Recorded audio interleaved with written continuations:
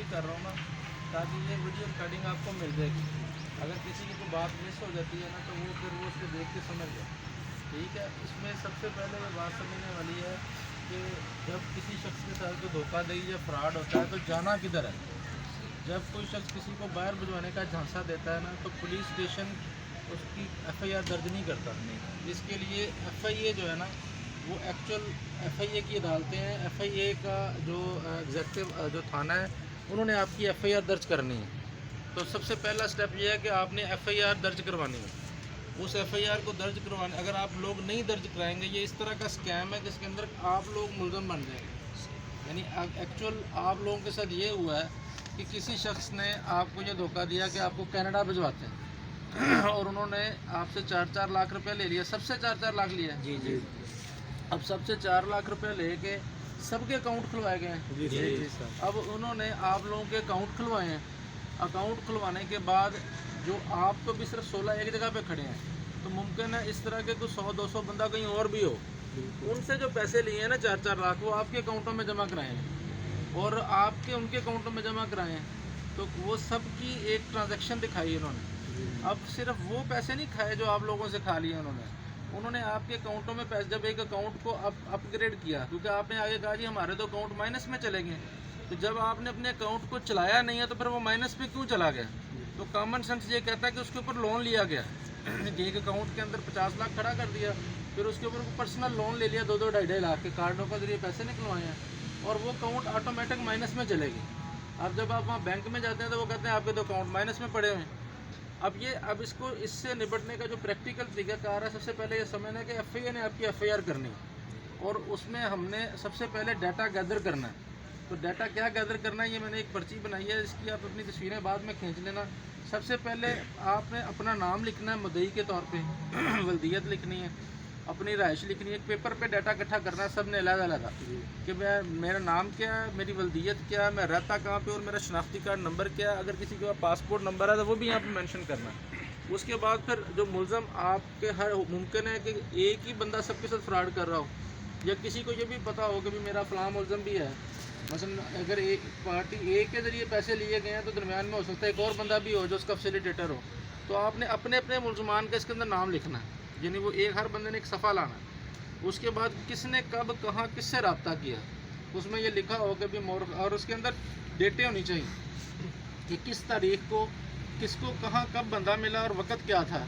मतलब अगर एफआईआर जितनी मजबूत होगी, कल को उसके ऊपर उतना प्रेशर बिल्ड होगा।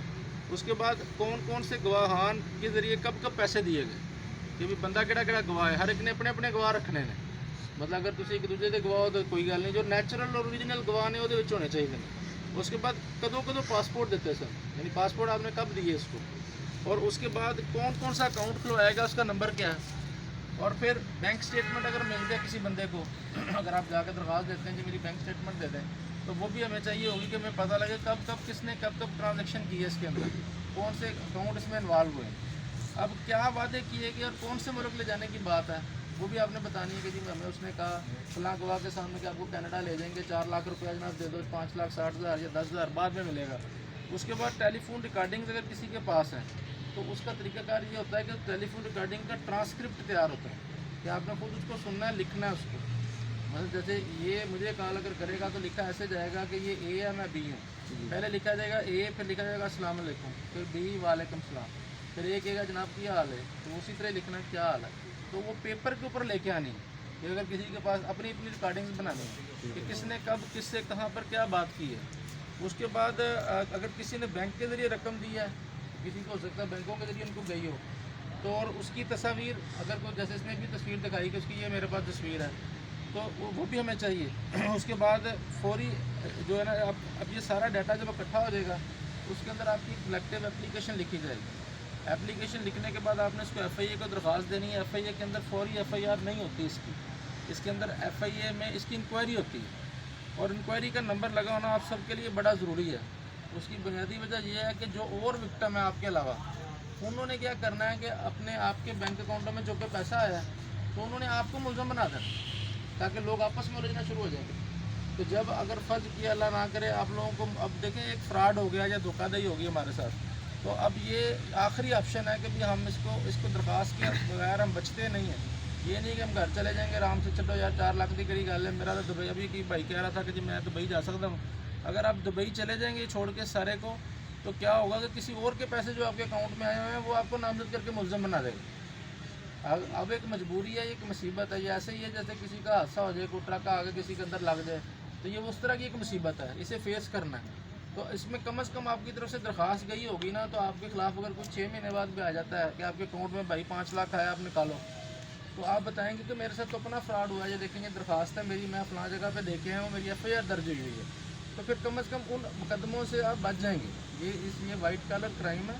یہ فوری طور پر وہ جو ہے نا آپ کو چاہیے کہ اس کو رپورٹ کریں اور FIA جو ہے وہ اس بندے کو گرفتار کریں. اور ابھی بھی اگر وہ بندہ رابطے میں ہے اور آپ سے باتیں کر رہا ہے تو اس کی ویڈیو ریکارڈنگ بھی کریں.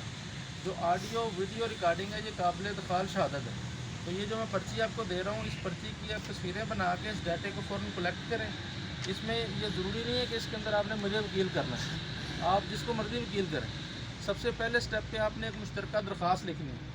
وہ درخواست لکھ کے آپ نے FIA میں جا کے دینی ہے, تاکہ ابھی ایک ہوتا ہے اگلے پر حملہ کرنا, ایک ہوتا ہے ڈیفینس کرنا. تو سب سے پہلے ڈیفینس ہے, کیونکہ جس طرح ایک بندے نے بتایا کہ کون تھا وہ جو کہہ رہا تھا میں گیا ابھی بینک میں, آپ بینک میں گئے تھے, آپ کو کیا انہوں نے کہا کہ یہ بندے تو FIA کے بیٹھے ہوئے ہیں. انہوں نے کہا جی ان کا تو اکاؤنٹ ہی مائنس میں چلا گیا ہے, تو یہ 2 بندے FIA کے بیٹھے ہیں, ان کو پیسے دو. یعنی لوگ ابھی سے راسا کرنا شروع ہو گئے. یعنی ایک تو ہم وکٹم ہوئے, وکٹمائز ہوئے, ہمارے ساتھ زیادتی ہوئی ہے, دوسرا ہمارے خلاف بھی ابھی درخواستیں آنی ہیں. تو فوری طور پر پہلے سٹیپ کے طور پہ اپنا یہ ڈیٹا ریٹریو کر کے آپ لوگوں نے آنا ہے. اور اس کی آپ سب لوگ چاہے تو علیحدہ علیحدہ جا کے اگر FIA میں درخواست دے سکتے ہیں, چاہے تو ایک کلیکٹیو درخواست دے سکتے ہیں. یہ آپ لوگوں کی مشترکہ اسٹریٹجی ہے.